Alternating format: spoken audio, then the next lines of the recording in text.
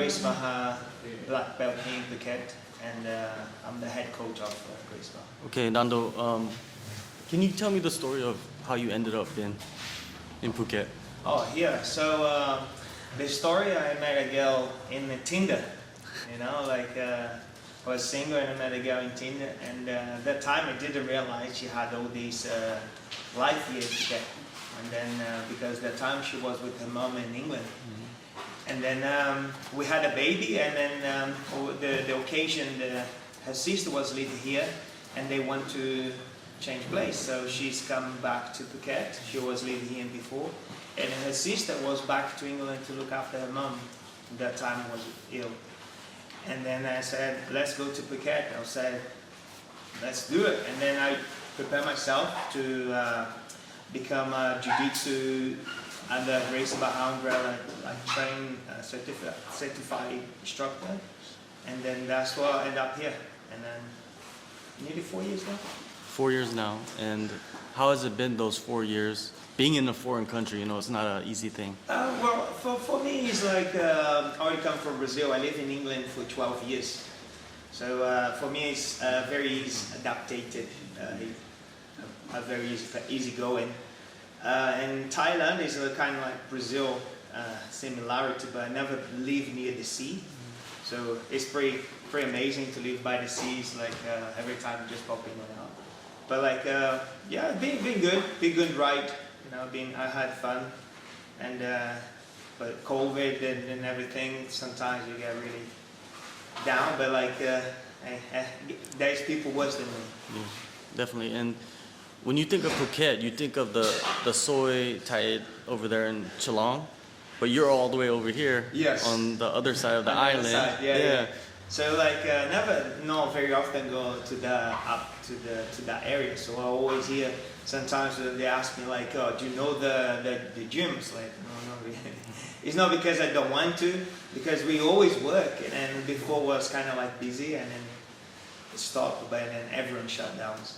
Yeah, definitely. And yeah, that's interesting to me that, you know, most guys when they come and open a gym or anything, it's always towards that way, Rawai, Geelong, but you decide here, you're like the first one. No, like because my girlfriend Amy, she's the owner of Sutai Muay Thai. Oh, okay. So and then when he came in and said, oh, what I'm gonna do, I said, oh, I can't be a Jiu-Jitsu coach. I've been a black belt since 2019, but I've been training for like most 10 years.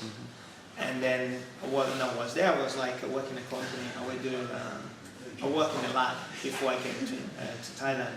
I worked in a lab. I was doing materials like identification for military aircraft, like trains, commercial aircraft, all the label, everything go identify the harnesses inside the airplane, do the qualification for the material. So and then I was after work. I have a normal job in England, not like as a teacher. I have a normal job working in a lab, and then 5 reports and everything in the computer. And then we have to come here, and then I have to like change everything. You know, like move to this area was something they already had this instruction. And then, yeah, but I guess there you go.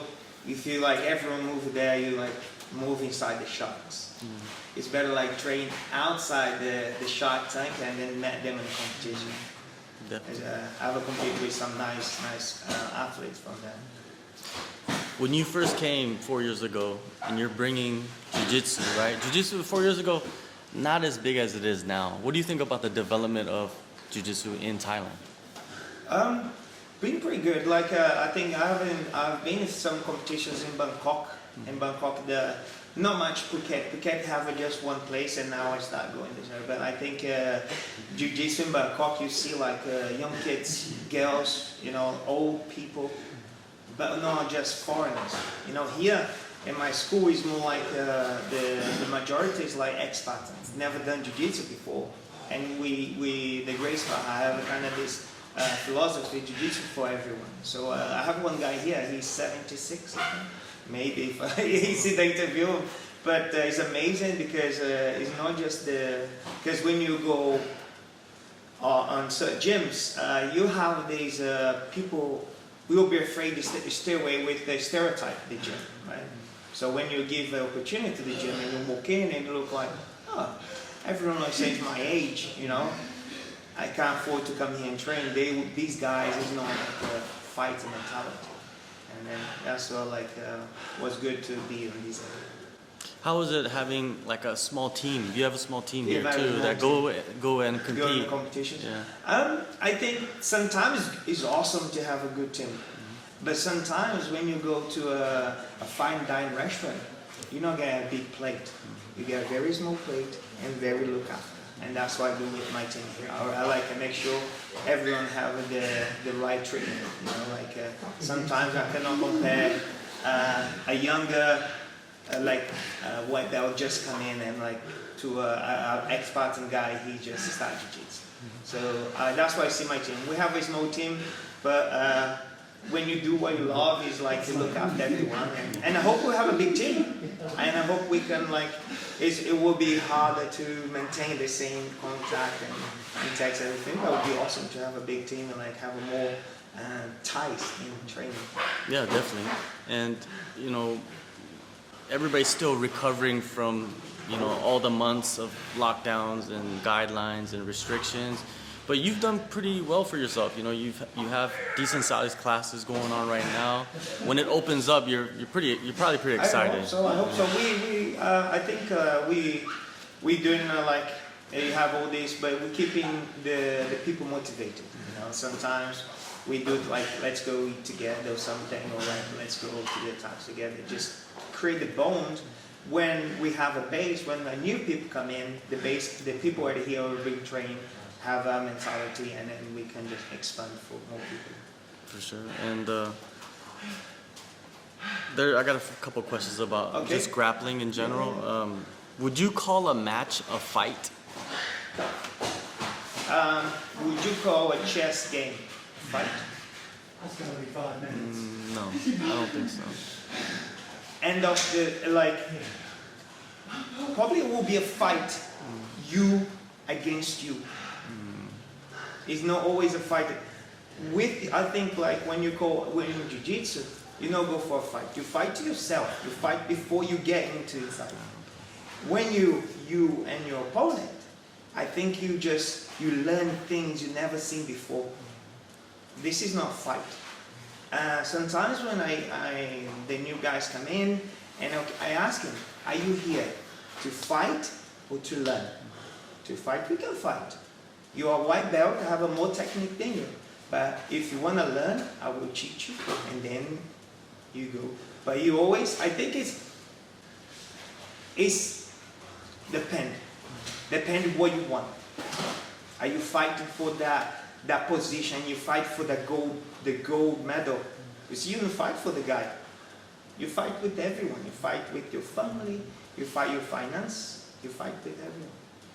And then that's why your biggest fight is against you. But the rest, you just need to win. You need to do everything perfect to do the checkmate. And that's it. If there's anything go wrong, the referee there. And we stop. That's my... you make some great points right there. How important is wrestling for jiu-jitsu? Jiu-jitsu is wrestling. There's no jiu-jitsu karate. There's no jiu-jitsu. It's a contact. It's like some people don't realize how. I met people during the this thing, and I learned there's people in position where they have to. The wrestle is two bodies together. Because every time when you wrestle here, you're far away. You're not wrestling. You're just looking to the entrance, and then you start wrestling. Sometimes you watch competitions when the guy just touch and go. They're not wrestling. They're not rolling. Rolling is this. If you just, it's not wrestling. So wrestling is in jiu-jitsu is everything. Without the wrestling part, you cannot do your arm bars, and the positions. And I think my view of point jiu-jitsu is a hybrid with many martial arts. And we get where make wrestling, there's no I guess like some positions like a twist, it's like twist your spine. Some the headlocks in wrestling is like pretty tight, you know. But you can. I don't know much about the wrestling. There is any. And one point wrestling had submission, or you had sambo. Sambo is like wrestling with submission. And you know, if you went to America, they, okay, let's cut the wrestling or the submissions and just stay with the grappling and the point game. So, yeah, I think it's like the foundation of jiu-jitsu. Now, for MMA fighters, does gi training benefit them? Depends what you want. You want to be a guy, you just want to learn MMA, or do you want to learn the martial arts? Is that something your MMA is going to be for the rest of your life? Or you, when you get older, when you retire, you have something where you can hold the young people down? You know, you like, it's not, because MMA is like a gi, a no gi with fun. So you have like a stripe, you know. But when you get old, are you always gonna deal with the fast techniques, or you get like more the traditional martial arts? Do you think people can have a career in jiu-jitsu? Now yes. You see many, but you have to be resilient. You have to have a good work ethic. Sometimes talent, but hard work always pays off in jiu-jitsu. So there's money to be made. Oh, of course, you can see now more often people make like a high level of like they pick up to. Sometimes you don't have to be the best one to make money, but you have to be the smart one. Right now, the internet, the market, you have to market yourself right. You know? Some people have the talent, they're good in jiu-jitsu, and they find ways to market themselves really good. Like all those guys, they know where they need to do to market themselves in a point where's the jiu-jitsu community, where's the products, you know. Okay, this product, I'm gonna send my resume and say, hey, do you wanna sponsor me? I'm doing this and that's how much followers I have. This all counts, not like before. But now, if you have a strategy on the market and it's like social media and everything, it's like it's money to be made, and brands looking for something to represent their brand. They're not going to do a boxer to represent a new gi. It's a really big, ridiculous Canelo or like Sunshine in a white gi from the brand from it's like these guys, they take this, but they see like a Rodolfo Vieira or Bushesh or Alejandro Law or another kid do really good in a competition when they gi and they perform well. So man, that gi not going to make me better, but like that gi, if I go compete, that gi will be perfect because I know it's going to be resistance. Gonna be, I feel good inside the gi. You like now you put the gis, you feel so good. In Phuket, compared to before the pandemic happened, now there's more jiu-jitsu schools, it seems like, and it looked like there's going to be more opening on the island. How big do you think jiu-jitsu will be in Thailand, maybe in 5 years? My hope, every school have a jiu-jitsu. Well, like for example, Gracie Barra now, we have a project, 2 projects now. So one put jiu-jitsu in the hotels, and a second one put jiu-jitsu in the international schools. But like right now we get like just learning because it's something new, and people learn as well. What is jiu-jitsu? You know, I have to send a lot like brochures and kind of thing. The other thing, self-defense. If I say self-defense program for the insurance companies, they were like, and they already think Krav Maga, gonna be elbow, gonna be blood, and people breaking arms is self-defense. You know, like that's what being programmed in the TVs, where like throw the floor and someone come like. It's like jiu-jitsu completely different.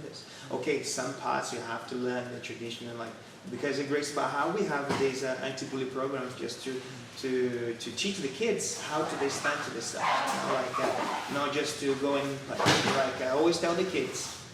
You have 2 type of like things you can be. You can be fire or you can be water jiu-jitsu. The water The firemen don't use fire to put the fire down. They use water to put the fire down. But the gentle way, he throw water on top, right? They don't come in, throw the water on the floor. So, and then that's what it's very hard now for jiu-jitsu. But yeah, jiu-jitsu is still big here. I hope. I think Gracie Barra was the first one in Thailand. Not Asian, but in Thailand with the first one. And then when I see another gym open, I think it's amazing. Because imagine, like you train jiu-jitsu, these guys like train jiu-jitsu. Imagine when you have the same mentality. You know, same mindset. Hey, bro, you don't need to. I don't need to offend you. You don't need to offend me because we end up here. I know, like one thing when you train jiu-jitsu, you're self-confident. You know, it's like someone you have like before have altercation in traffic. I'm gonna fight the guy because I need to prove him I'm stronger than him. But now someone like, hey, blah blah blah, it's like, oh, okay, I'm sorry, because I know if I go in a fight with him, probably he was stronger than me, but like a long time, I will manage to do something I've not have to. And then when just that, but I hope jiu-jitsu get big in Thailand. Yeah. It's just something is beneficial in every area in your life. So when it's a good thing, like my wish is to. Yeah, definitely. You're one of the guys, you know, pushing it. So it's great to see that. One last thing, the charity work that you guys do with the Muay Thai gym or this gym. Can you talk about that? Yeah, so we this charity thing, like we start with my friend Sean and Lisa. So they have a company called 5-Star Marine. They have a boat company. And at the beginning of the pandemic, I think they have like they see what's going on around the community. Like they see their community before work with them really need help. And then in a pandemic, every government you've been mad, everyone go through this presidential event. No one been through these things. We only heard it. I only heard about the Black Plague and they lock people inside the houses and if you die inside. It's not this anymore. So he saw the urgency of the, first we start here, Syrian area, because and then he got in contact with his family because we have a lot of family here. And we couldn't go anywhere, so the only time he was one side and I was another side. And the way we met and was in the borders, and then he bring the food to me and I give the food to another truck, so give back to the community. And this is not like in a room smaller than this, and one of a rented house was like 300 bags per day. Like me, Lisa, Amy, and Sean's family. 300 bags, we packed 300 bags and we like amazing, like man, 300 families gonna eat today, but we're so tired. We're one day rest and next day we deliver. Okay? This is go for 20 months. And now, and then we always like, we always take pictures. We always have like, wasn't a charity, it was Sean and he's like his partner and his wife all do these things together. Was no charity, was no, but we always have to take pictures, and people sometimes, oh, why you give and then you show? Why you give and you show? And say, okay, no problem. Now, because we influence people, man, we have an amazing team now. We have like over 200 people, international schools. We managed to deliver like one day, I think they make about 5,000 life bags. And one day is a 5,000 life families. And we start from here, Surin, and we go now all around Phuket and the islands. And it's all about start for a small action from Sean to become this big. And now we get in a point we have to become a foundation. Sean now, he wasn't a charity, but he said he's not going to give up in a community where he built his business. And then where we have, like, for example, I didn't put as much money as like Sean did. You know, we're like at one point he said he spent like nearly 1.5 million, and people ask him, "Are you crazy?" But he's like, he's a good guy, and then his heart is bigger than his wallet. And then he said, "Okay, this is like become unsustainable. because I want to give to you. Okay, you can breathe above the water. Now the community is breathing above the water. Everything start moving like this. And okay, now we need to do things they sustain. If happen again, we don't need to give back because it's tiring. You know, like sometimes Sean and like sometimes we work Sunday. Lisa working till 8 o'clock. Zero. There's another guy work as well in the program. They're working too late because people call and say, please, I have 10 people here, I'm hungry. One time I have a story, one time I was in this community, right here, Surin, near Christmas, 30 people, no food.